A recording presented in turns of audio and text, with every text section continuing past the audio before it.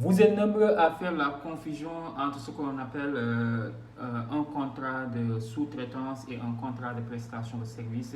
Sur cette vidéo, je vais vous expliquer quelle est la différence réelle entre un contrat de sous-traitance et un contrat de prestation de service. Si vous n'êtes pas abonné sur ma chaîne YouTube, abonnez-vous sur ma chaîne YouTube en cliquant sur la cloche de notification et partager vraiment parce que ici on partage des contenus juridiques, tout ce qui est en rapport avec la création d'entreprises, l'accompagnement juridique des entrepreneurs pour minimiser les risques liés à leurs activités commerciales et entrepreneuriales. Si vous me découvrez à partir de cette vidéo, je suis Amadou Alikan, coach formateur en droit des entreprises, concepteur de Legal Board certifié par ELA Afrique Legal. ELA Afrique, c'est un réseau juridique international spécialisé en légalité siégé à Tunis et à Paris. Et depuis 2020 à nos jours, avec mon programme Assistance juridique digital leadership, j'ai eu à former au minimum 150 entrepreneurs à créer, mais aussi à gérer leur business avec moins de risques juridiques.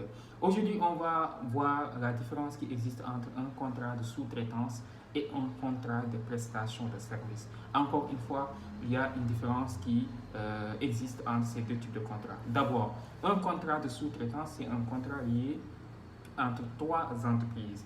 Il y a ce qu'on appelle le maître de l'ouvrage, il y a l'entreprise principale, aussi appelée le maître d'œuvre, et le sous-traitant. Donc, c'est des opérations dans laquelle, par exemple, d'une réalisation d'un grand projet et qui nécessite vraiment de faciliter le travail. Donc, de faciliter le travail. C'est pour cela que ces genres de contrats-là sont utilisés dans le cadre quand même de faciliter le travail d'un grand projet qui demande vraiment une durée et qui demande vraiment un travail sérieux. Et dans ce type de contrat-là, le maître d'ouvrage, donc c'est le maître d'ouvrage qui confie à un maître d'œuvre. Donc le maître d'œuvre, c'est l'entreprise principale. Et le maître d'œuvre, donc, doit travailler à un sous-traitant. La troisième entreprise qui est un sous-traitant, et c'est ce sous-traitant-là qui doit exécuter une partie ou l'ensemble du contrat. C'est-à-dire que c'est un ensemble de travaux à faire. Je vous donne un exemple concret. L'État a un grand marché, donc de veiller à ce qu'on appelle de développer les télécommunications. Et l'État lance un appel d'offres et confie par exemple, comment dirais-je, à Sonatel. Donc Sonatel où il y a des ingénieurs en télécom.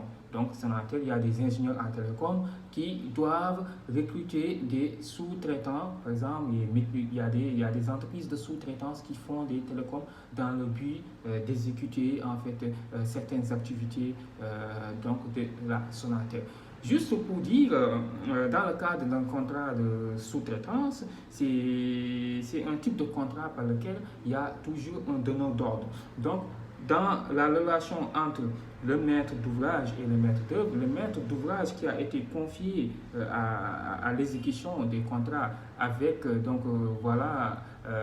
avec des sous-traitants doit vraiment veiller à ce que les travaux soient exécutés par un sous-traitant, par l'entreprise sous-traitante. C'est ça qu'il faut appeler un contrat de sous-traitance. Alors qu'un contrat de prestation de service, c'est quand une personne physique ou morale est recrutée pour vraiment réaliser des prestations dans un domaine bien déterminé. Et là, on considère que la personne physique ou morale a des compétences bien déterminées dans ce domaine-là.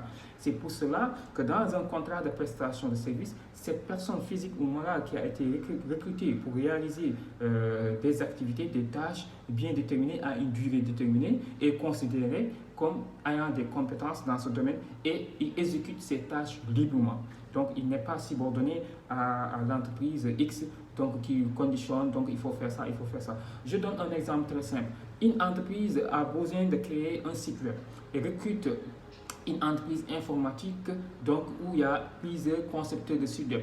Et donc, ces concepteurs de site web doivent réaliser, en fait, comment dirais-je, un projet de création de site web pour cette entreprise-là à une durée déterminée. Et cela ne veut pas dire que l'entreprise doit à chaque fois dire au concepteur de site web de l'entreprise informatique, c'est ça qu'il faut faire, c'est ça qu'il faut faire, parce que la compétence revient à l'entreprise informatique. C'est ça qu'on appelle un contrat de prestation de service. Donc, si vous voulez d'autres vidéos, n'oubliez pas de vous abonner sur notre chaîne YouTube Assistance Juridique Digitale et Leadership. Et nous organisons des formations en ligne régulièrement en création d'entreprise, donc à tout ce qui est lié au type de société commerciale qui existe, aux rédactions de contrats commerciaux. Nous avons une formation le 8 juin sur les innovations numériques. On est à l'ère de l'intelligence artificielle. Comment protéger les innovations numériques avec le droit d'auteur. Donc c'est une formation très intéressante. Et nous avons aussi d'autres formations, comment créer une SARL, comment créer un GIE. Si vous êtes intéressé à nos formations, n'hésitez pas à nous contacter au 77 290 28 31 ou bien par mail assistance juridique digitale@gmail.com. Nous vous donnons rendez-vous la semaine prochaine. Au revoir.